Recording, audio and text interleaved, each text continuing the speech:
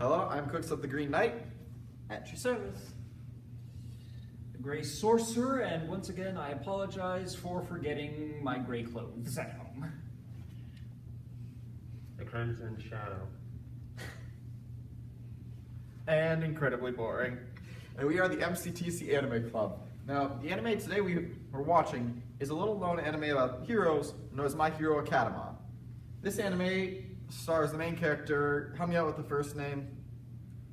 Beats me. Izuku Midoriya. Izuku Midoriya, thank you.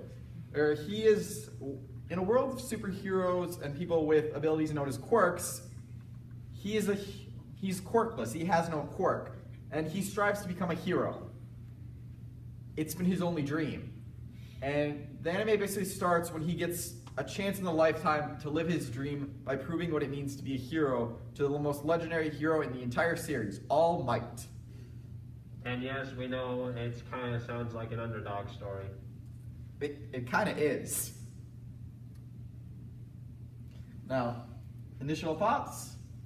I absolutely adored this anime. I'm probably gonna watch the rest of it on my own time.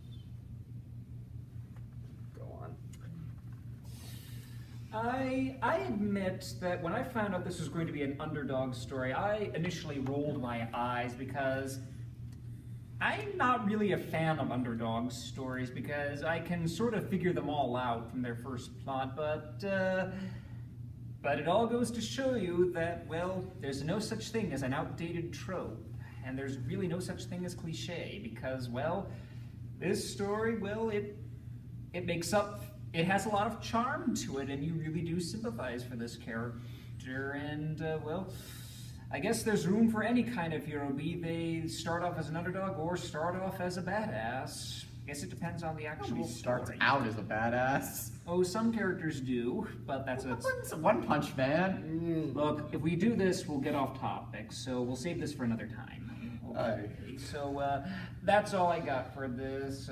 Next, please.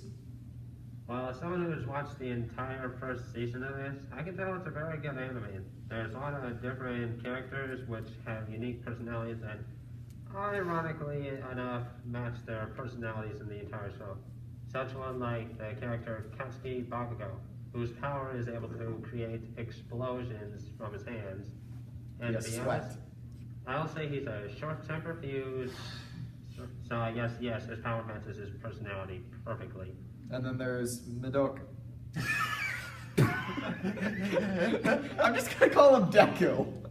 Since that is his nickname. His superhero name. I'm just gonna call him Deku to simplify things. Deku, his power, he gets the quirk All for One, which, well, we all know what that means. He's all for saving people, which is actually, this goes into my initial thoughts. One for all. As defined in the show, it's the power that can be passed on to another, as long as it's a suitable host, as mentioned in the show.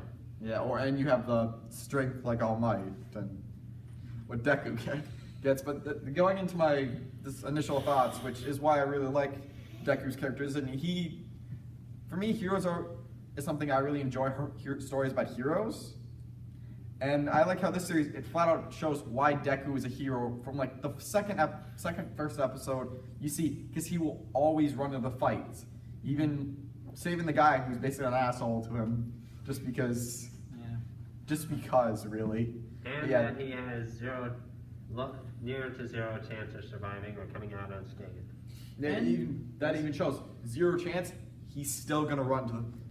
Run in there. Even though his plot armor is probably going to save him. Okay, let's not talk about plot armor, because I'm going to get into completely off topic by telling the idea of plot armor is idiotic. Okay. Anyway, for the people who are wondering, who have never seen the anime, if this is supposed to be a hero series, is there supposed to be villains? Yes, there are, but we haven't gone that far, so we're not going to give any spoilers. All I know is that later in the second half of the first season, There is note of who the villains are, and you can catch small glimpses of them in the opening theme. And they might relate to a little hero we like to know. Speaking of which, how about we talk about the main hero character, All Might? What are your thoughts on him? It's badass. Yeah, well, he reminds me a lot of Errol Flynn, always going, ha! A hero always smiles and always fights. But, well, there's a little bit more to him than that, but I fear if I tell it, I'd be spoiling things. We can say a couple things that happened in the first episode.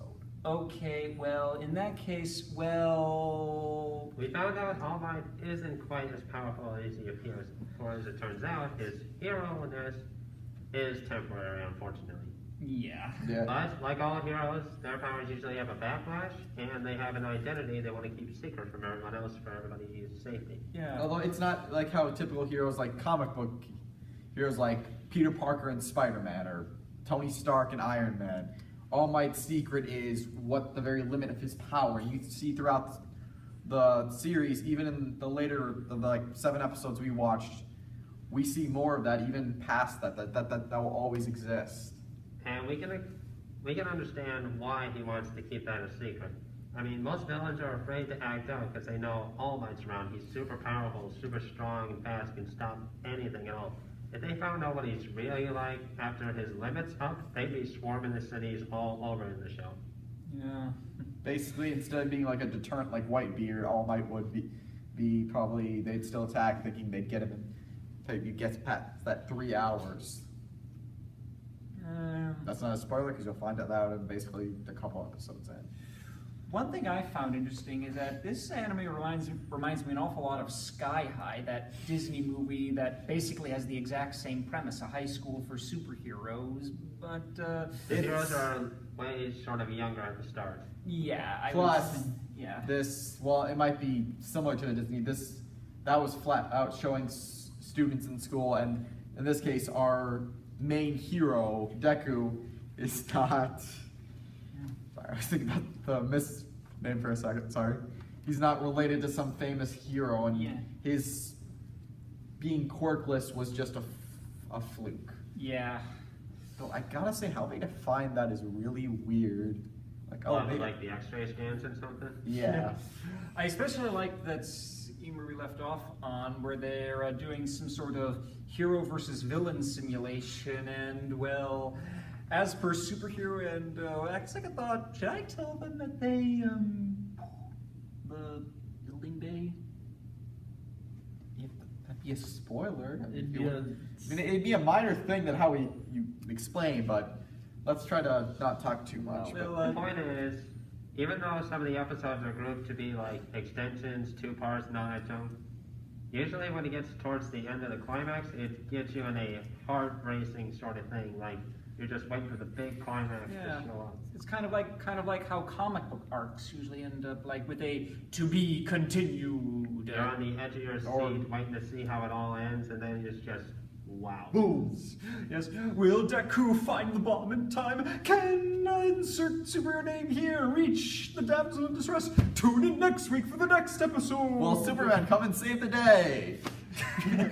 However, for some episodes, there is a tiny clip after the credits that let you know what's going to happen in the next episode. I don't But think we saw. So that's sort of anime tradition. yeah, there are some of those that say, I don't want to see the credits, I don't want to see the clip afterwards, I'll just see the next episode. But I strongly urge you, be patient through the credits, and you'll see what happens next. Or if you don't want to see the credits, skip the credits, but look for that very ending scene. Yeah. It's the internet. If you're on a TV, you're screwed. Internet, scroll past a minute or two and look. Well then, any other characters we need to recognize, or should we move on to voting? Should we recognize the love interest? I don't think the other characters have been established enough that we can talk about them fully, but I would not at all be surprised if in later episodes they get their moments. Well, I'll say some of them do, but we can at least maybe talk about some of the other ones. We talked about short temper dude. Yeah. You mean Kozaku? Kazuku, yeah. I was gonna call him Baku. Yeah, I think we should wait. If they request us to watch the next half, which I'm not sure if we'll have that option, I think I'm we fine with should that. wait at least till we see more of the series, more episodes about a single character before we can describe him perfectly. Yeah. All right, then I guess we'll move on to scoring. Alrighty. Who'd like to start? I'll give it 4 out of 5. I can't give it a full score because I haven't seen the whole thing. Crimson? I'm gonna say 5 out of 5. As someone who's watched the entire season, trust me, you're gonna want to see what happens in the end. If there's gonna be a second season, I think there won't is. surprise me a bit. Yeah, I might take a look at it if I I'm in think the there is mood. a second season. Incredibly boring. Would you like to go? 5 out of 5. Want to see the rest. Yeah, I'll see the rest as well once I get through a bunch of other animes I want to see. There's just so much popular animes out there. And my score will be 5 out of 5 Detroit smashes. like it, the heroic aspect, and I think that the characters are likable, Yeah. except for, well, we know. Yeah. Does he actually get better over time, or is he always Mr. Grumpy Grump? He's gonna be more like that anti-hero kind Anyway, of. do you guys mind if I do the closing since we've already done the votings? Be my guest. Sure. Well, anyway, that's all for the review today. Follow us for next week when we'll be doing a review on Bayonetta Bloody Face. Until then, this is the MCTC Anime Club, signing off.